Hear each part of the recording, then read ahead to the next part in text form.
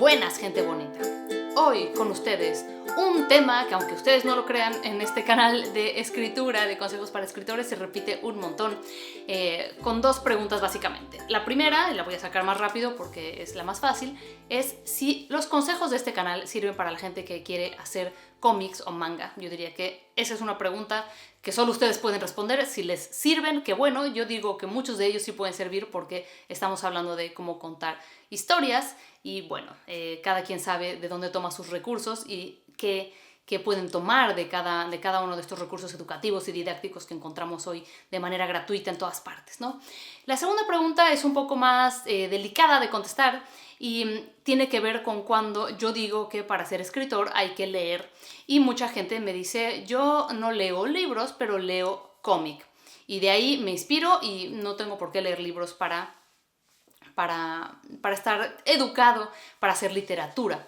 Es lo mismo leer cómics, es lo mismo leer, pues yo diría que hay que hacernos la pregunta un poco más amplia, ¿no? ¿Es lo mismo ver películas que leer un libro? Pues no. ¿Es lo mismo ir al teatro que ir al cine? Tampoco.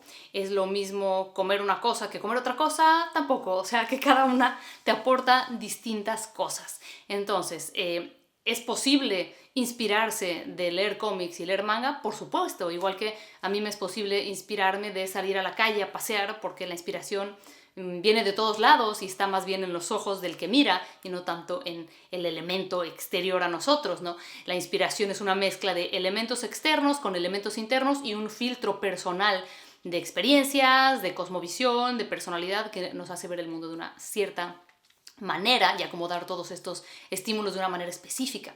Así que, ¿es lo mismo? Pues no, no es lo mismo. ¿Por qué específicamente no insisto yo tanto en que hay que leer literatura, libros, para escribir libros? Si tú quieres hacer cómics, lee cómics. Si quieres hacer películas, tienes que ver cine. Pero si quieres hacer literatura, tienes que leer. ¿Por qué?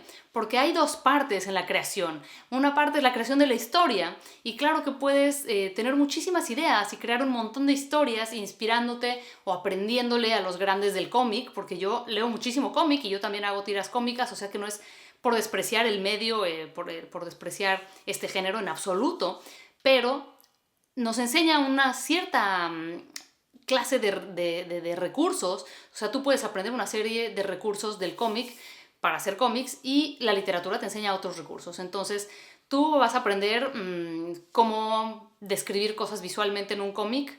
Pues no, porque el cómic te enseña la imagen.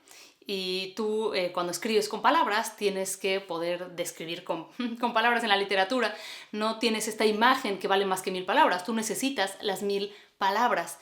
Tú no tienes que describir a los personajes cuando haces cómic o cuando haces películas, y en la literatura sí. O sea que tú necesitas aprender los recursos lingüísticos. Decía yo que hay dos partes. Por un lado, la historia, y por un lado, la manera en que aterrizas esa historia. O sea, por un lado, la cuestión imaginativa de qué ocurre, a quién le ocurre, ¿no? Todo lo que puede ocurrir en tu cabeza, las historias que nos hacemos en nuestra cabeza, y después está el aterrizarlo en un lenguaje específico, con un narrador específico, con una estructura específica, con un tono, con una atmósfera, dividiendo los capítulos de alguna manera, utilizando un ritmo distinto de puntuación, y estas cosas no nos las puede enseñar ningún otro medio más que el medio que nosotros queremos hacer, que es la literatura.